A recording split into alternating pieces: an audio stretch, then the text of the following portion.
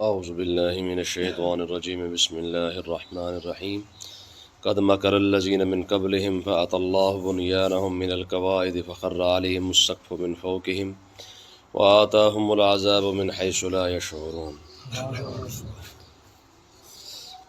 پچھلے سبق کے اندر ہم نے یہ پڑھا تھا کہ کفار مکہ آقا علیہ الصلوۃ والسلام سے بدظن کرنے کے لیے لوگوں کو ورغلایا کرتے تھے، تو اللہ تبارک و تعالیٰ نے ان کا جواب دیتے ہوئے یہ ساری باتیں ارشاد فرمائی ہے۔ فرمایا قد مکر الذین من قبلہم، فرمایا کہ اے محبوب آپ پریشان نہ ہوں، ان سے پہلے جتنے لوگ گزرے ہیں وہ بھی اپنے نبیوں کے خلاف ایسے ہی سازشیں کرتے رہے ہیں، یہ شروع سے ہوتا آیا ہے۔ تو اللہ تعالیٰ نے اپنے محبوب کو یہ تسلی عطا فرمائی ہے، فرمایا کہ آپ ان کی سازشوں سے، ان کے مکر و فریب سے پریشان نہ ہوں۔ اس سے پہلے بھی جتنے لوگ گزرے ہیں انہوں نے بھی اپنے نبیوں کے خلاف ایسے منصوبہ بندیاں کی ہیں، ایسے سازشیں کی ہیں، سب کچھ ایسے کیا ہے۔ یہ آیت نمرود کے بارے میں نازل ہوئی ہے کیونکہ اس نے تقریباً کوئی 5000 غز کی لمبی عمارت بنائی تھی، اور اس کا مقصد یہ تھا کہ میں آسمان پر چڑھ جاؤں گا۔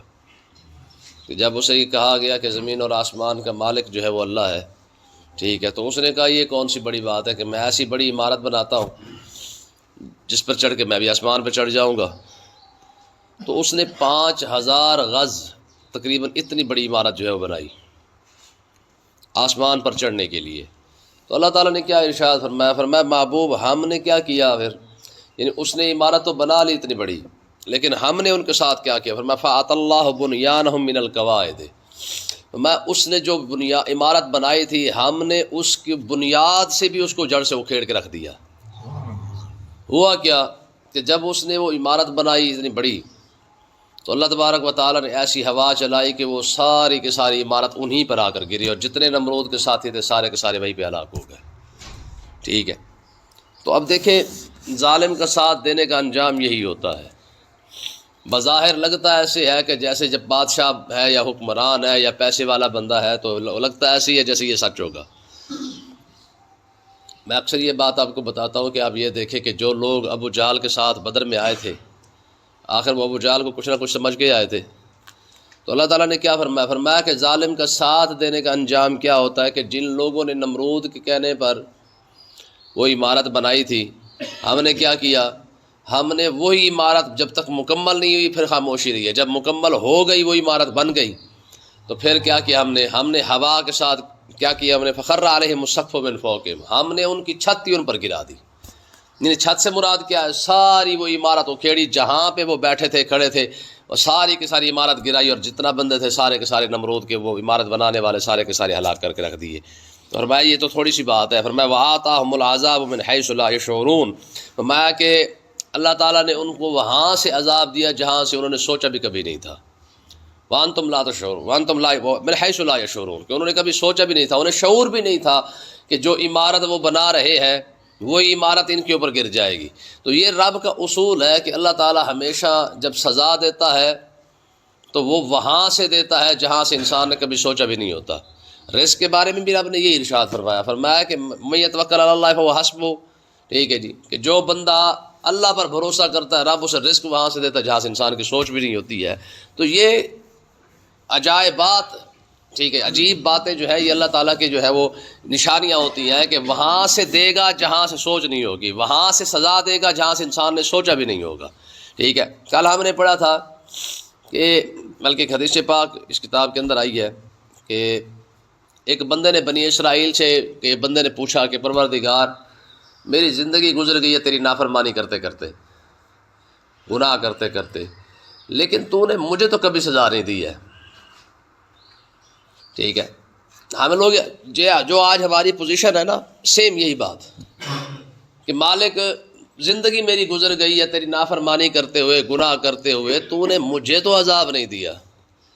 تو اللہ تعالیٰ نے اس زمانے کے نبی کو جو ہے وہ وہی فرمائی اور فرمایا کہ جا کے اسے کہہ دو کہ میں نے دیا تو ہے تجھے لیکن تجھے سمجھ نہیں آئی ہے، میں نے تجھے سزا دی ہے لیکن تجھے سمجھ نہیں آئی ہے۔ تو پھر اسے بتایا گیا کہ تیری سزا پتہ ہے کیا ہے، میں تیری سزا یہ ہے کہ اللہ تعالیٰ نے کبھی بھی تیری آنکھوں کے اندر رب نے اپنے خاطر جو ہے وہ آنسو نہیں آنے دیا، کبھی تو اس کی خاطر رویا نہیں ہے، یہ ایک سزا ہے۔ اور دوسری سزا فرمایا کہ اللہ تعالیٰ نے تیرے دل کو سخت کر کے رکھ دیا ہے، گانے سن کے رو پڑے گا لیکن قرآن سن کے کبھی رونا نہیں آئے گا۔ تو بھائی ہم نے تجھے سزا دی ہے لیکن تجھے سمجھ نہیں آئی ہے، بات سمجھی؟ تو کہنے کا مقصد کیا ہے؟ ہمارے بزرگوں نے لکھا ہے کہ ایک شخص کے خواب کے اندر خود مرزا کانے نے آ کے نہ کہا تھا میں اللہ کا نبی ہوں، خواب میں آ کے کہا کہ میں اللہ کا نبی ہوں۔ اب وہ بندہ جائے لوگوں کے پاس کہ بھائی مجھے کوئی دلیل دو کہ میں کیسے نہ مانوں کہ مرزا کانا جو ہے وہ نبی نہیں ہے، اس نے خود میرے خواب کے اندر آ کے کہا ہے۔ وہ پھرتا رہا، اسے کوئی سمجھ نہ آئی، علماء بھی اس کو جواب نہ دیں، کسی کے پاس جواب آئے کسی کے پاس نہ آئے، لیکن اس کی تسلی نہ ہو۔ آخر وہ تھک کر کے ایک عالم دین کے پاس گیا تو اس سے جا کے کہا، اس نے کہا جی مجھے آپ بتا دیں کہ میں کیسے نہ مانوں کہ مرزے نے خود میرے خواب میں آ کے کہا ہے کہ میں اللہ کا نبی ہوں۔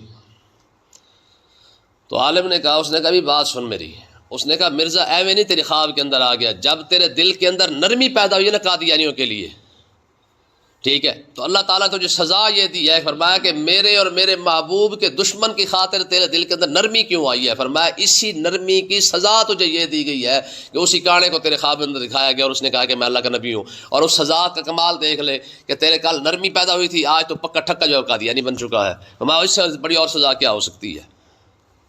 تو وہ وہیں پہ مان گیا، اس نے کہا جی واقعی حقیقت یہی ہے کہ مطلب ہے کہ میرے دل کے اندر کیونکہ قادیانیوں کے لیے نرم گوشہ تھا، تو یہی وجہ ہے کہ پھر آج مجھے رب نے یہ سزا دی ہے کہ مجھے پتہ ہے کہ ہے بھی جھوٹا اور پھر بھی میرے خواب میں آ کے کہہ رہا ہے۔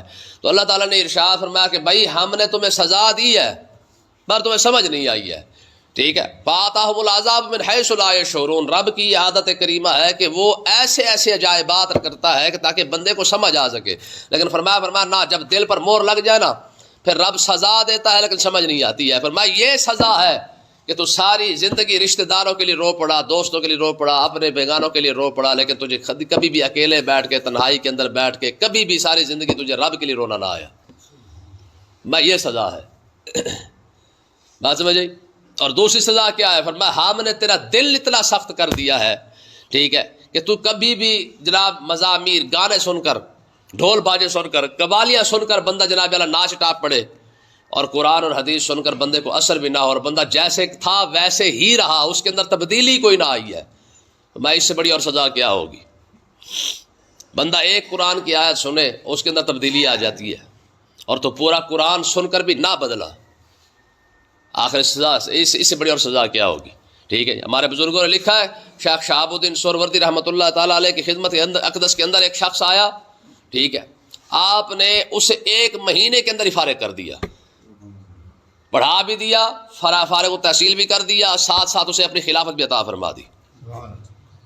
ساتھ ایک بیٹھا تھا، اس نے کہا حضرت گھٹو گھٹ بھی 20 سال ہو گئے تھوڑے نال، آج تک ہمیں آپ نے کچھ نہیں عطا فرمایا، 20 سال ہو چکے ہیں آپ کی خدمت کرتے ہوئے اور اسے 20 دن بھی نہیں لگے اور آپ نے سارا کچھ عطا فرما دیا ہے۔ میں لینے آیا تھا، کیا تھا؟ لینے آیا تھا، مہینے میں لے کے چلا گیا ہے، تو صرف خدمت کے اندر رہا ہے لیکن تو نے لینے کی کبھی نیت ہی نہیں رکھی ہے، رہا ضرور میرے ساتھ لیکن تو نے کبھی اہمیت ہی نہیں دی ہے، تجھے پتہ ہی کوئی نہیں ہے کہ میں نے لینا کیسے اور کیسے نہیں لینا ہے۔ فرمایا ساری زندگی میرے ساتھ تو نے گزاری ہے لیکن دلچسپی نہیں تھی، کبھی تمنا ہی نہیں پیدا ہوئی کہ یار کچھ دے گی سی، تو نے کہا چل ٹھیک ہے، دیتا ہے دے، نہیں دیتا تو نہ دے، ٹھیک ہے جی۔ آج ہوتا ہے کہ نہیں ہوتا ہے کہ ہمیں کوئی سنا دے تو اچھی بات ہے، نہیں سناتا تو نہ سنائے، ہمیں کون سی ضرورت ہے؟ جب انسان کے دل میں یہ بات آ جاتی ہے نا کہ ٹھیک ہے ہمیں ضرورت نہیں تو رب دیتا بھی نہیں۔ میں پہلے آپ کو بتاتا ہوں اسلام کا اصول یہ ہے، ہم نے 16 سال اسکول کو دیے، اسکول سمجھ آ گیا، انگریزی آ گئی ہے جی، وہ سارے ریاضی آ گئی ہے، ساری بیالوجی کھیالوجی لیالوجی سارا کچھ آ گیا ہے، جب ہم نے قرآن کو ٹائم نہیں دیا نا تو قرآن سمجھ بھی نہیں آیا ہے، بات سمجھے؟ تو یہ اصول ہے، ہم نے کیونکہ سمجھنے کی نیت نہیں کی، سوچ کوشش نہیں کی کہ یار ہمیں دیکھیں نا جی، ہم تقریریں سنتے ہیں جلسے جناب، خوشی کے اندر، غمی کے اندر، جمعے، عیدیں، ٹھیک ہے جناب، محفلیں اور سارا کچھ، کلخانیاں، چلیسویں، سارے ہر جگہ تقریر سنتے ہیں، لیکن اس کے باوجود جہاں کھڑے تھے وہیں کھڑے ہوئے ہیں۔ اس کی وجہ کیا ہے؟ کیونکہ اس کی وجہ یہ ہے کہ سن ضرور لیتے ہیں لیکن اس سے لینے کی کوشش نہیں کرتے ہیں۔ کہ یار آج اس تقریر سے ہم کیا لے کے جا رہے ہیں، اس سبق سے ہمارے لیے کیا ملا ہے ہمیں، ٹھیک ہے. تو اللہ تعالیٰ نے ارشاد فرمایا سزا یہی ہے کہ رب وہاں سے پھر سزا دیتا ہے وہ من حیث لا یشعرون، جہاں سے انسان کی سوچ سمجھ بھی نہیں ہوتی ہے، ٹھیک ہے. تو اللہ تعالیٰ نے کیا ارشاد فرمایا ثم یوم القیامت یخزیہم، فرمایا کہ قیامت کا دن جب آئے گا یخزیہم، رب انہیں ذلیل کر کے رکھ دے گا، ٹھیک ہے.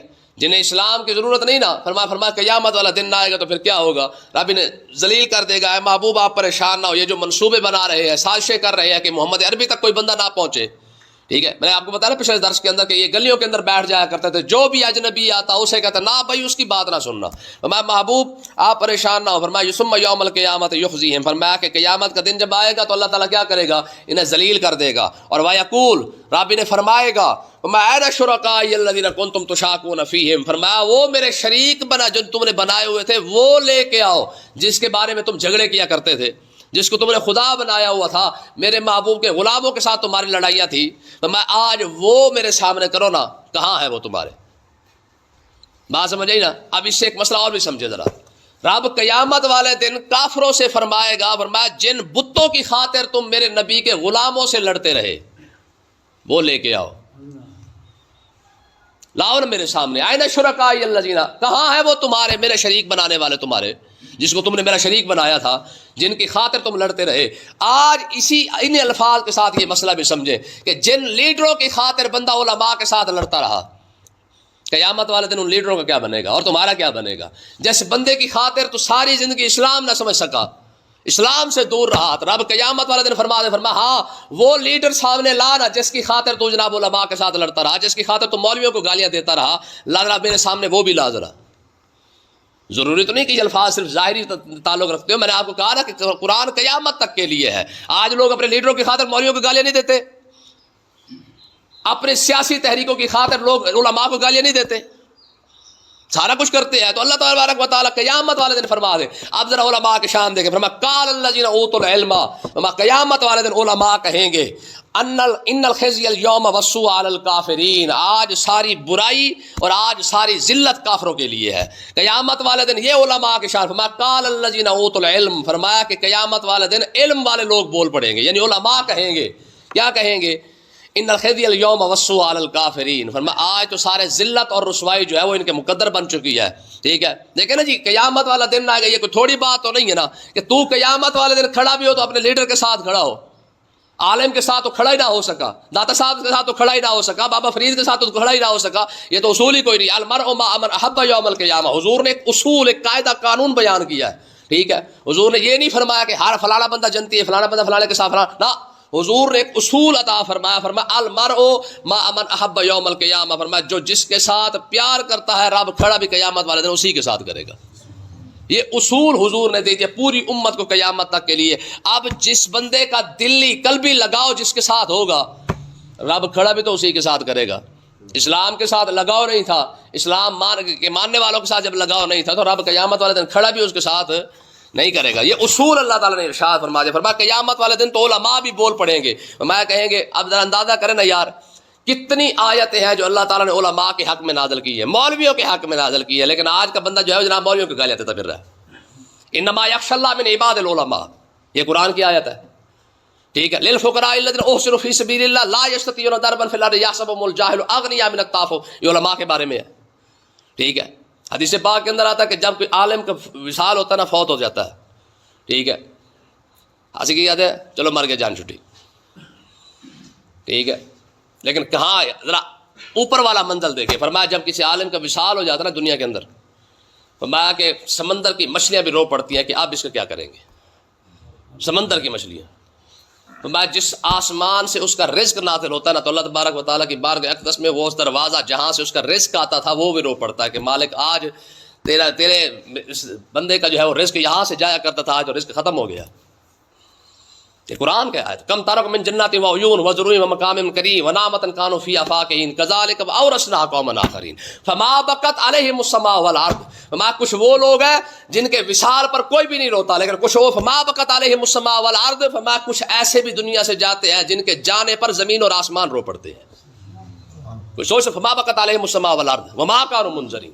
میں جس کے جانے پر زمین اور آسمان رو پڑے وہ عالم دین ہے. حضور نے ایویں نہیں ارشاد فرمایا حیات العالم حیات العالم، موت العالم موت العالم. ایک عالم کی زندگی ایک جہان کی زندگی ہوتی ہے، ایک عالم کی موت ایک جہان کی موت ہوتی ہے. بات سمجھے کہ نہیں آئی ہے؟ تو اللہ تبارک و تعالیٰ نے ارشاد فرمایا قیامت والا دن آئے گا تو علماء کھڑے ہو کے کہیں گے آج ذلیل ہوئے تو کون ہوئے ہیں؟ جن کی ساری زندگی گالیاں دیتے گزری ہے. اللہ پاک سمجھنے کی توفیق عطا فرمائے.